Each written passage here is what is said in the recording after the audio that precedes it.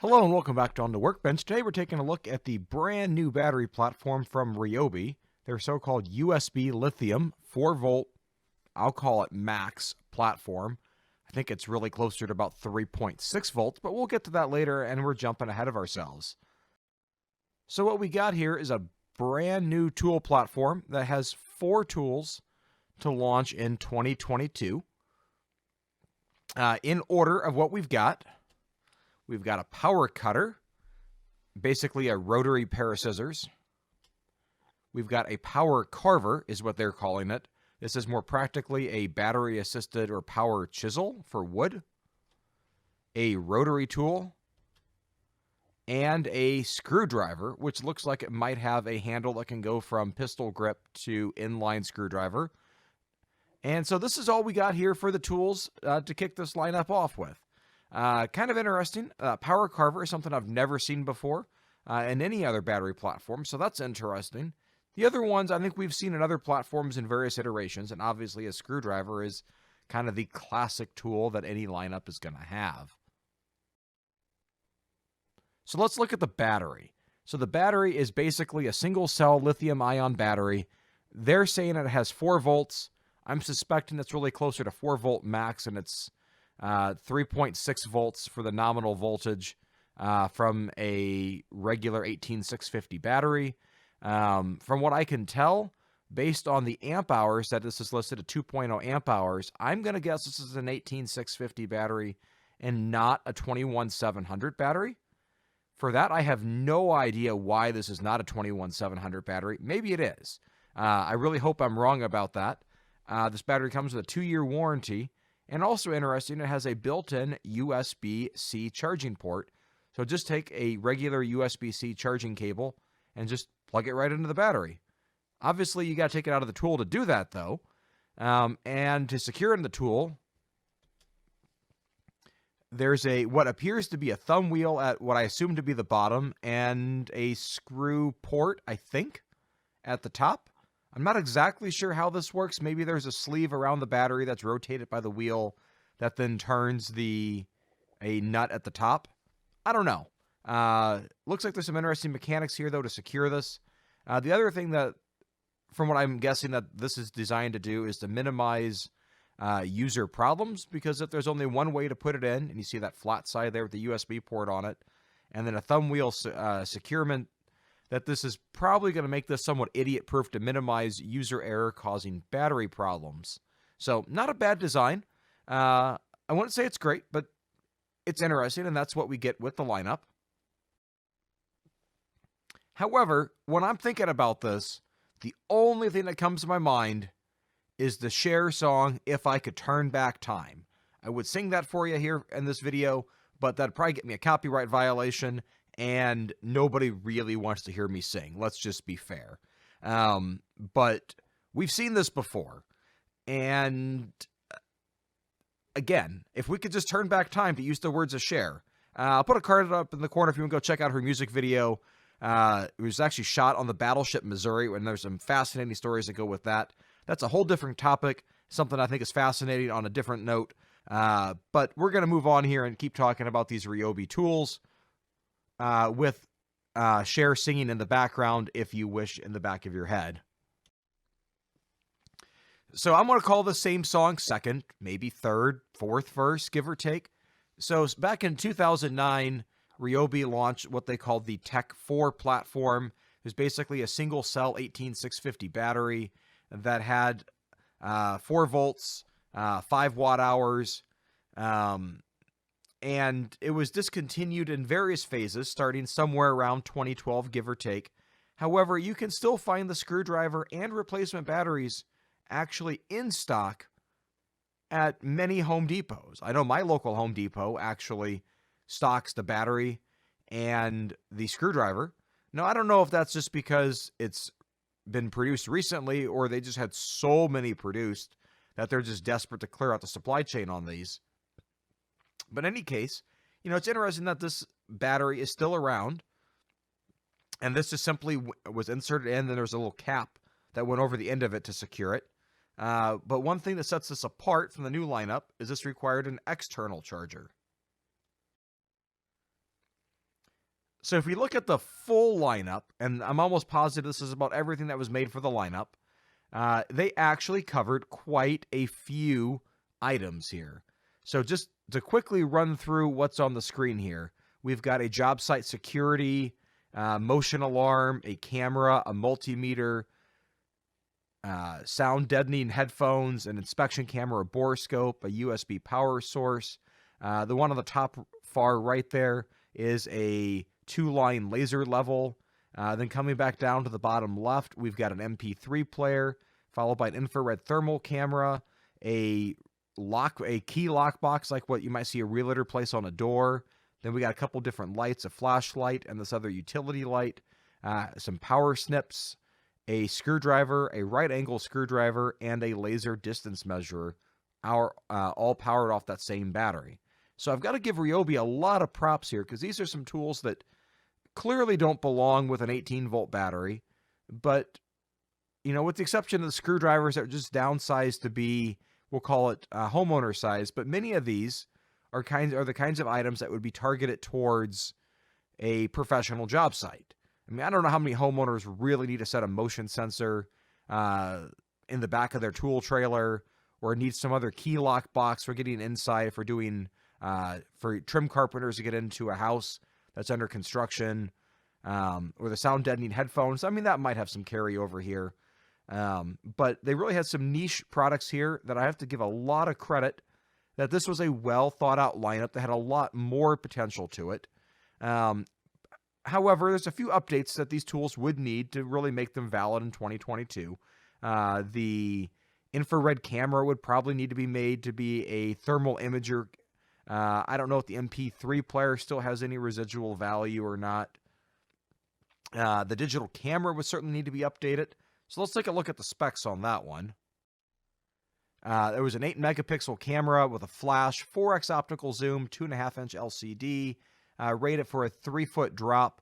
Use an SD card, a full-size one, which I actually have to give them props because those smaller cards just are not very user-friendly to be able to secure in your hands. However, it was capped with an 8 megabyte max. Maybe a firmware upgrade would change that. And it had 64 kilobytes of memory. But remember, Ryobi is manufactured by the same company that also manufactures Milwaukee. And I'm almost positive that this Tek4 camera might have been the inception or the final market version of what was originally planned. And I'm sorry this is a blurry image. From going all the way back to the initial launch of the Milwaukee M12 lineup. In their launch graphics, they had shown a preliminary sketch, which is what I'm showing here on screen here, of a digital camera that never came to market and probably never will at this point, to be honest with you, for the Milwaukee M12 lineup, which I think probably got shuffled around and ended up in this Tek4 lineup under the Ryobi brand instead of Milwaukee's M12. So now going back to the chargers. So these batteries had to be plugged in to another device to charge. On the left was the original charger, kind of a base station charger. Pull the battery in, drop it in, and go. Then they also added a wall direct plug-in charger. And then the charger on the far right is their dual battery rapid charger. I'm not convinced that one actually ever made it to market. I could be completely wrong. I've seen almost all these other tools in the market, but I never saw the dual battery rapid charger. Maybe it was something that was just really limited time, shipping only sort of option.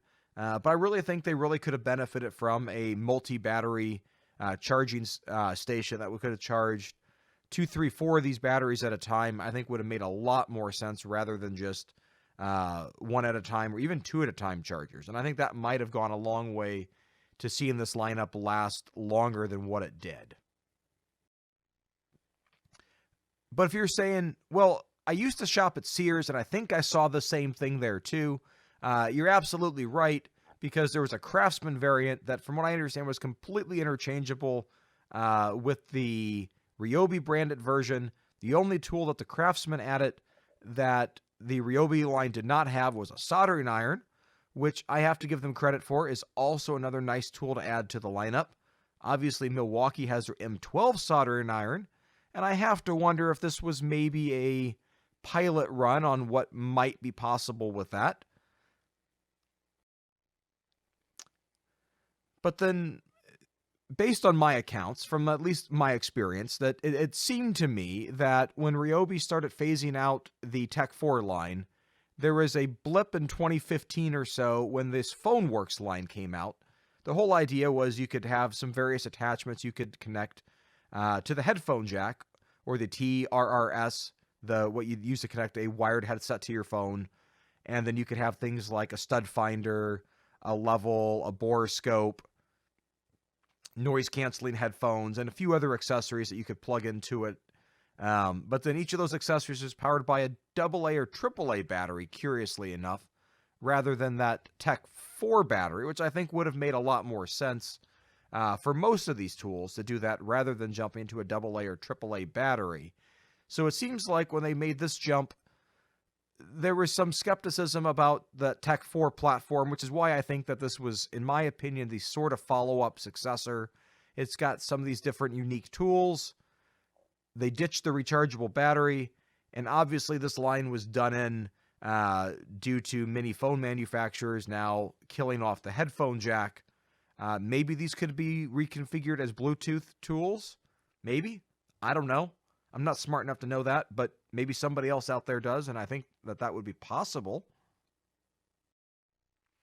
And then thinking about 4-volt tools, well, Ryobi actually has a couple other 4-volt tools that are out there right now.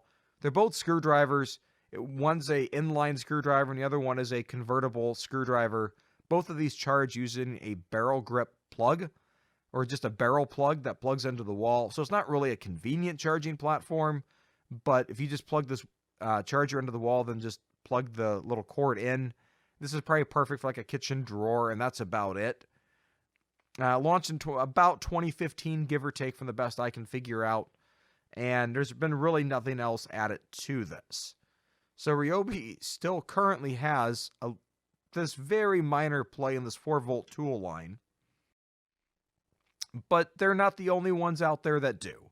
There's just a little bit more on the landscape here for the context that this new Ryobi USB lineup launches in that I just want to kind of lay out here for you so you can see the context and where this is going to land.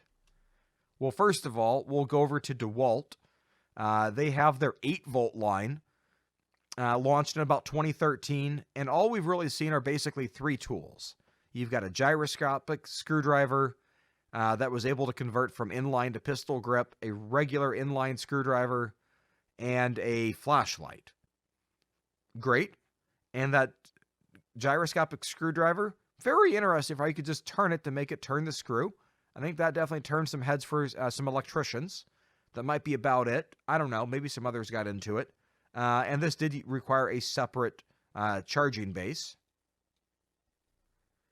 Now, sister brand to Ryobi, Milwaukee, if you will, their M4 line launched also in about 2013. In my opinion, this was launched to go head-to-head with the DeWalt lineup.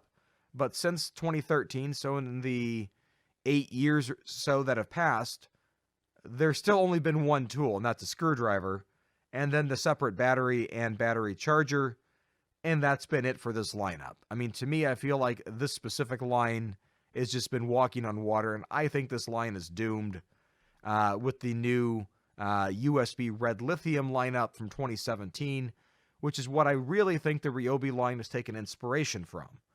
So if this tells us anything, I don't know, I've got some concerns, because this Milwaukee USB Red Lithium lineup so far has only been used in a whole wide array of flashlights and lighted devices and heated gloves.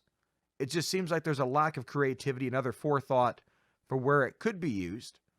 Now, in this case, the other little quirk with this is you either have to recharge the Milwaukee USB batteries in the tool, which has an on-tool port, or you have to have a separate capsule-type charger to charge the replaceable battery. Now, the on-tool charging port doesn't necessarily bother me, but at the same point, it doesn't really lock me into a lineup if I'm the manufacturer. That doesn't get my attention. Like I think about some of the other USB charging flashlights and everything else that's out there, that I'll buy those, and I don't really care about the brand because a USB cord is a USB cord, and I'm glad they're on USB to standardize it, but that doesn't really do anything to me to really get me into the lineup, keep me in the lineup, or even inspire me for the future what this lineup's going to be, because, like, quite frankly, I would have expected that Milwaukee would abandon their M4 line and then add to this USB red lithium line a screwdriver, but they haven't even done that yet. And maybe that's what they're testing with this Ryobi line, is a 4-volt screwdriver to come back and update and to get rid of that Milwaukee M4 line. However, I really think Ryobi is missing the mark on this one. There's so much more potential that could have been done. The Milwaukee tools use micro USB. In this case, Ryobi stepped it up and switched it over to USB-C for charging, which is in 2022, is if you're going to have a corded charger, it's probably going to be USB-C. Even Apple's switching over and slowly getting away from Lightning, trying to standardize around USB-C. I believe the European Commission has basically mandated everything go to USB-C, if I'm not mistaken. But that's not even really novel in 2022 to have some USB variant charging. What everything seems to be moving towards is wireless charging. And why is there no wireless charging built into this lineup? That, to me, really would have been attention grabbing. But no, it's not there. So just thinking about the potential on this, there's other brands that have actually begun to think about this. Like Astra Pneumatic has the tool on the left. They've got a couple lights you can let charge on this board. And you can also use a similar board to charge your cell phone if it's got wireless charging on the back. And then it's also available here on a toolbox mount. Matco Tools sells what I believe to be a rebranded Astra Pneumatic charger with a couple different lights. And so I think there's definitely potential for where this wireless charging could take the landscape, because now we're really talking about convenience. Just set it down and forget it. When you're not using it, set it down in the right place, and it recharges for you automatically. Like, that's perfect. And to take this to a whole different level, Bosch has already been dabbling with this for several years now with their 18-volt full-size lineup. Now, granted, now they've got some special kits, if you will, for their drills and impact drivers. But then there's a generic base that you could apply if you use the specific battery with pretty much any of their tools. Some of them will work for vertical storage. Other ones you've got to set horizontally on a table or a horizontal surface and then balance it there. So in theory, you could even wirelessly charge your angle grinder if you wanted to, if that was convenient for you, or anything else in the Bosch 18-volt lineup. Just by using the right charger and the right battery. So they're on board with this, but for some reason it seems like Ryobi just, to me, really missed the mark on what they could have done by adding in wireless charging. So to me, I've got a few big questions here that I want to throw out for consideration as you think about this. Number one, how many more tools are going to be added? Right now, 4 seems really bare bones. Now, maybe that power carver is the tool that'll get you into it.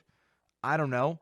The rotary cutter, you can buy some other versions of that charge using other techniques that don't really get me into this platform specifically.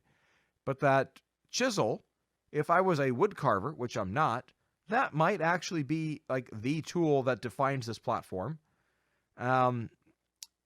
Third, or I guess second, how much longer will this platform last? If I'm going to sit here and make a guess, I'm going to say 3 to 4 years before Ryobi makes another change to it or discontinues it, because that's been kind of their habit. 3, 4, maybe 5 years, give or take. However, on another level, is there any chance that Ryobi will bring out, say, a second-generation version or make some other changes to new tools that do add wireless charging? I don't know. Since these tools aren't out yet, I'm also curious, will this new battery be compatible with the old Tek4 tools? Or a Tek4 battery work with the new tools? I don't know, but I would love to know the answer for that, as well as, is this a 21700 or an 18650? Like I said earlier, I'm leaning towards this being an 18650, which would be awfully disappointing to be missing out on the potential of the newer 21700 cells.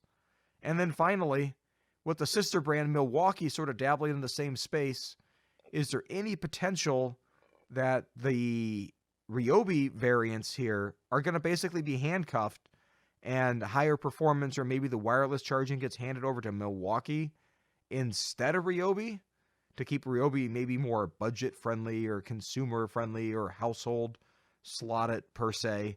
So I don't know what that's going to do. With the Tek4 tools, clearly some of those, in my opinion, might have done better under the Milwaukee branding, because some of those were clearly set for a pro job site, and they're definitely, for better or for worse, some pros that would never be caught dead with a Ryobi tool in their toolbox. And I know other people that work full-time in the trade and have no problem with Ryobi, because if they drop it, forget it, destroy it, whatever, it's cheap. And there's a warranty. So take your pick. People live at all ends of the spectrum on what their favorite color tool brand is and why. I'm not here to debate that today. It's just there, and most companies have opinions about where certain tools are slotted and how they want to position them in the market, so that you're not stealing from one brand to give to another, rather than trying to grow that overall market size for all the brands together in the portfolio. So at the end of the day, I'm curious, what do you think?